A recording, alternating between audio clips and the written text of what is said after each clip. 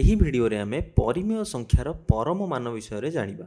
ଦେଖ, କୌଣସି ବି ପରିମେୟ ସଂଖ୍ୟାର ପରମ ମାନ ଏହାର ଅର୍ଥ କ'ଣ? ଏହାର ଅର୍ଥ ହେଉଛି ସଂଖ୍ୟା ରେଖାରେ ଶୂନ ଠାରୁ ଦିଆଯାଇଥିବା ସଂଖ୍ୟାର ଦୂରତା।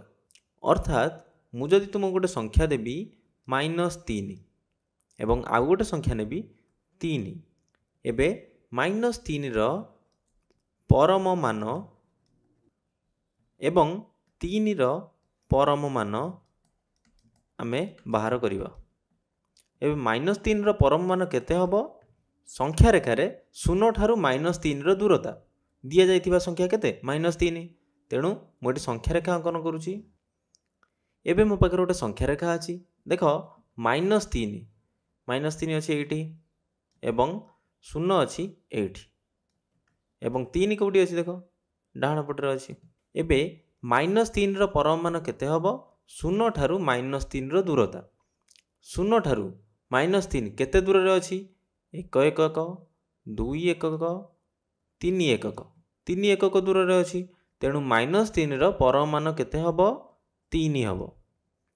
ସେମିତି 3ର ପରମ ମାନ କେତେ ହେବ? 3 ଶୂନ ଠାରୁ କେତେ ଦୂରରେ ଅଛି?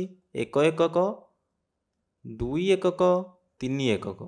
3 ଏକକ ଦୂରରେ ଅଛି। ବୁଝିପାରିଲ? ତେଣୁ ଦେଖ, ଏଠି -3ର ବି ପରମ ମାନ 3 ହେଉଛି, 3ର ବି ପରମ ମାନ 3 ହେଉଛି।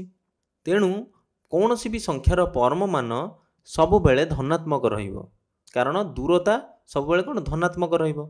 ଏବଂ ଆମେ ପରମ ମାନକୁ କେମିତି ଲେଖୁ? ଦେଖ, ମୁଁ ଯଦି -3ର ପରମ ମାନ ଏହାକୁ କେମିତି ଲେଖିପାରିବି? -3 ଦୁଇପଟେ ଦୁଇଟା ଗାର ଦେବି। ଯଦି ଏମିତି ମୁଁ ଗାର ଦେଲି, ତାହେଲେ ମୁଁ ବୁଝିବି କି -3ର ପରମ ମାନ ମୁଁ ବାହାର କରୁଛି। କେତେ ହେବ? 3। ସେମିତି ମୁଁ ଯଦି ତୁମକୁ ଗୋଟେ ପ୍ରଶ୍ନ ଦେବି -7/4ର ପରମ ମାନ ବାହାର କର, କେତେ ହେବ? 7/4।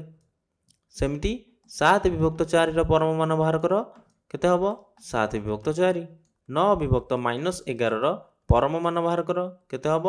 9/11।